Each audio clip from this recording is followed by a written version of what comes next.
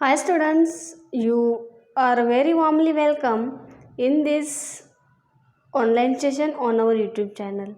Dear student, here in this video we are going to understand the religious trends in ancient India.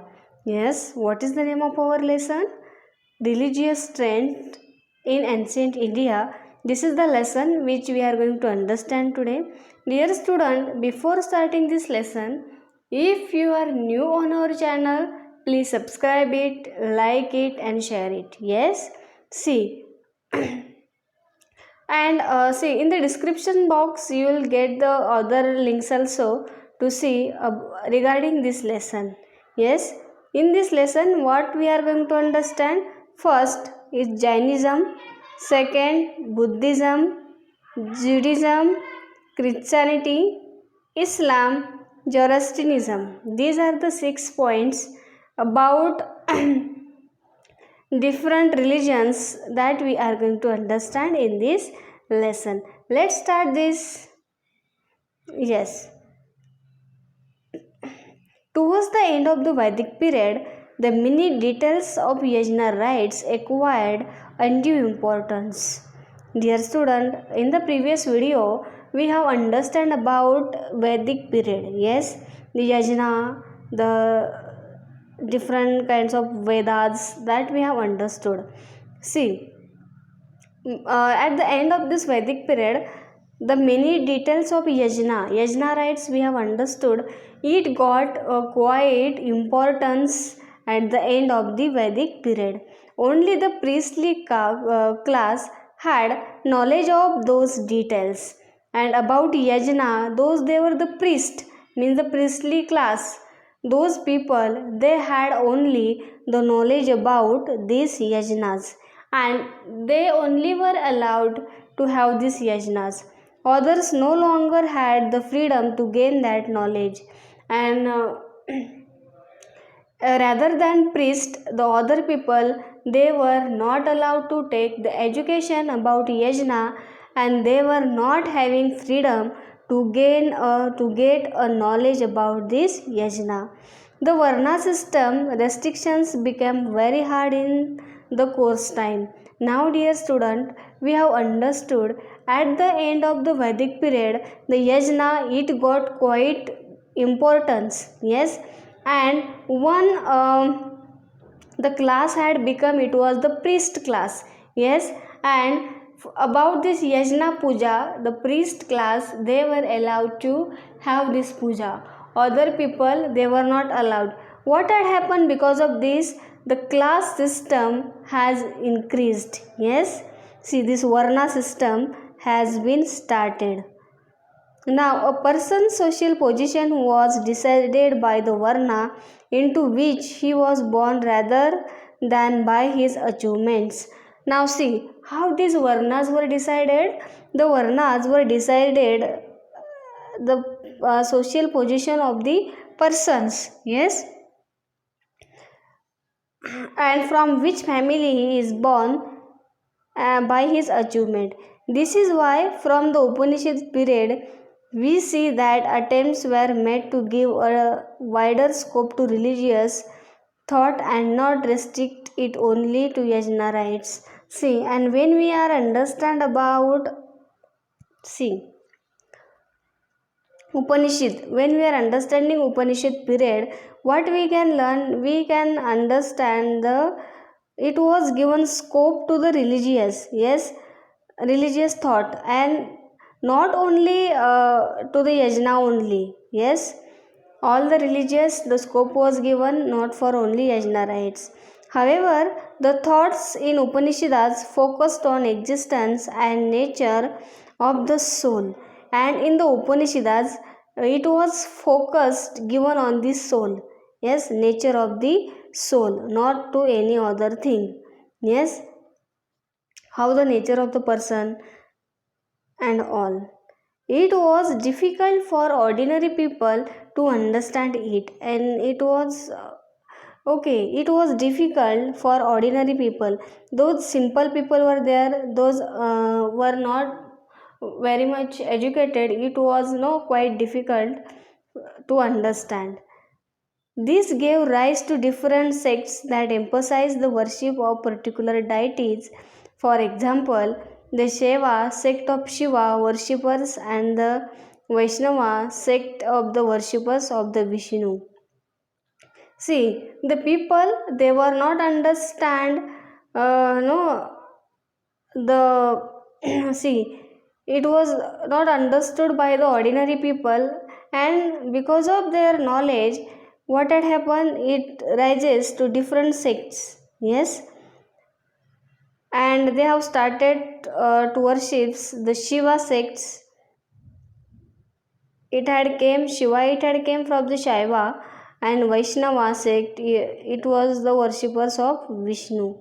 Different Puranas were written with references of these deities, and this Vishnu and Shiva, by these deities so many references were written. Yes, now next is that certain trends around the 6th century BCE made attempts to express religious thought in such a way that the common man would understand it easily. Now see, certain trends around the 6th century BCE. What had happened around the 6th century BCE? The attempts to express religious thoughts in such a way that common man would understand. When this Vedic, Upanishads were there, the writings, what was the writing things, it were not understood by the common people. But in the 6th century, the thoughts were expressed in a way so that common people also can understand the thoughts what is given in the religion. Many people realize that every person is free to find ways of his own upliftment, and because of this 6th century, in 6th century it was done that the things which can be understood by the common people, and the people the many people they have realized that the person they have right, they are free to upliftment, they can have their own upliftment, they can have their own progress.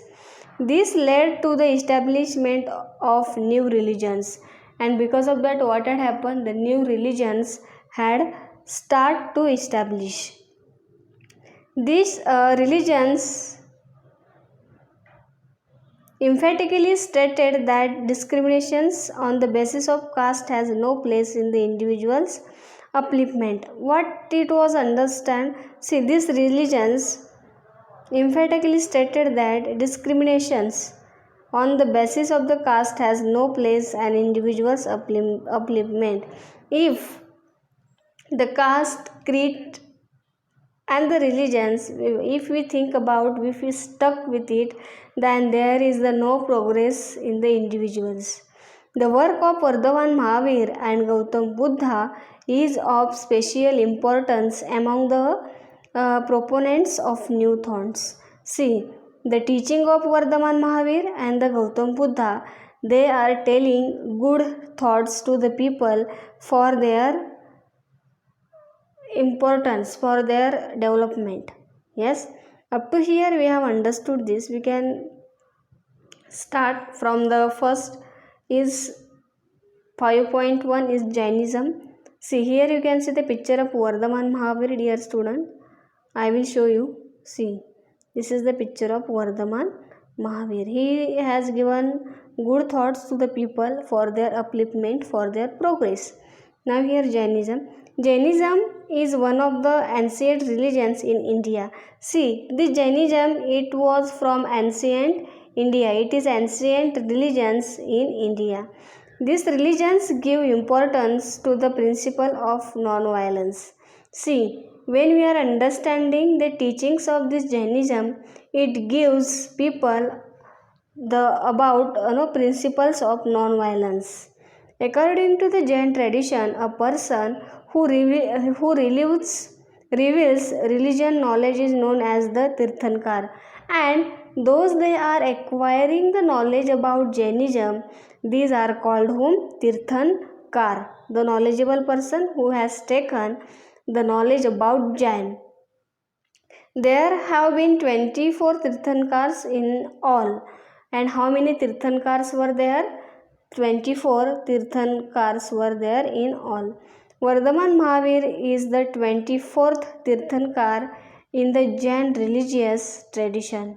See, and Vardhaman Mahavir, what was his number, dear student? He was the 24th, last one Tirthankar of this Jain religious tradition. Understood this?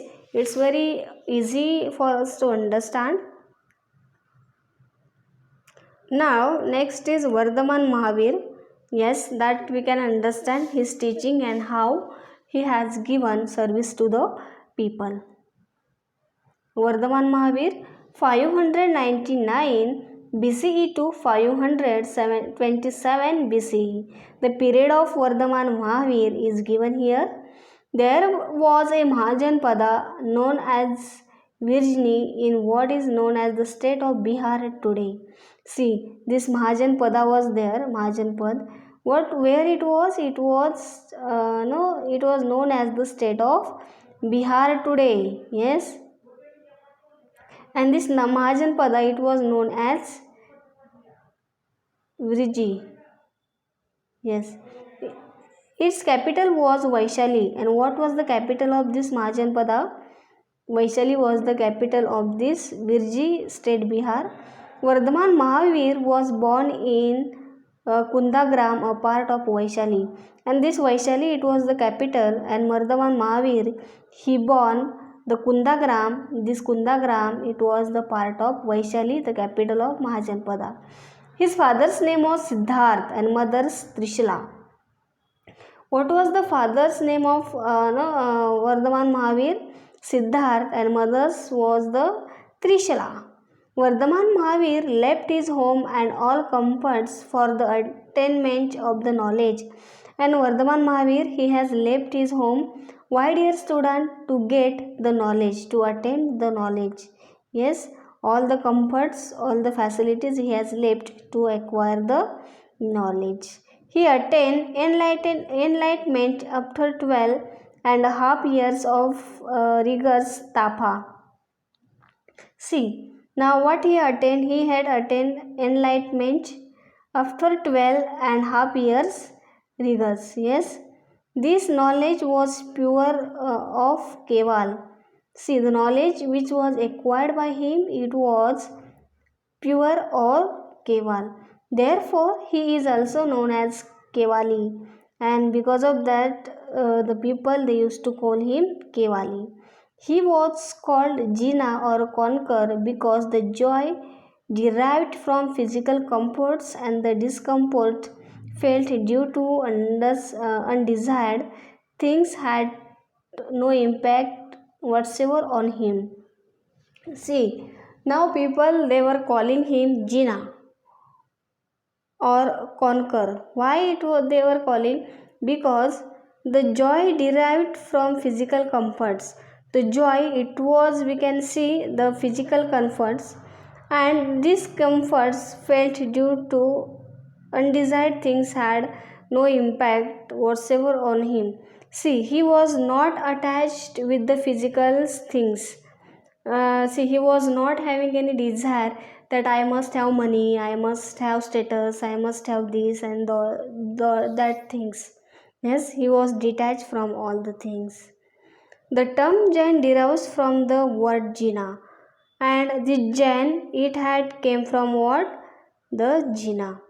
Vardhaman is said to be Mahavir because he had the resilience. See, we can tell why this Vardhaman is called. Let's go. He is said to be Mahavir because he had the resilience, the courage to conquer all possessions. See, why Vardhaman, he is called the Mahavir? Because he had the courage to acquire, to conquer the possessions, the knowledge, all the things about Jainism. After the attainments of knowledge, after the attainment of knowledge, he preached for about 30 years to explain the essence of religion to people. See, he has preached about 30, he has given about 30 years for what? To explain the essence of religion to people. Importance of the religions to explain about it, he has taken 30 years. To make it easy for people to understand it, he spoke to them in Ardhamgadi people's language. See, the things which are given in the religions, it should be understood by the people, so he used to talked with the people in Ardhamgati. Yes, this is the language of people. The religion that is uh, expounded led trace on good conduct. See, this religion, it's expounded trace on the good conduct. The essence of this his teaching for good conduct is contained in 5 great oaths. See, Vardhaman Mahavir, he was giving important teaching to the people, and this teaching was contained in the 5 great oaths. 5 great oaths means, dear student, these are the Pancha Mahavratas that we are going to continue. And assembly held by the Tirthankar to preach to people was known as Samavashram. See, the people, they were holding their assembly to preach the people about the knowledge. To this it was called the Samavashran in Ardhamgati. Which language they used to deliver the speech? In Ardhamgati. Yes. Samavashran was based on equality. People of all Varnas had entry to it. See, this Samavashran, they were having the devotional prayer there, and it was open for all the Varnas. Yes. Now we are going to understand the Pancha Mahavratas of Vardhaman Mahavir. See, that we will see in the next video. To understand this, dear student, I am giving you link of this video number 2 in the description box. To understand this video, dear student, see these links also. Thank you.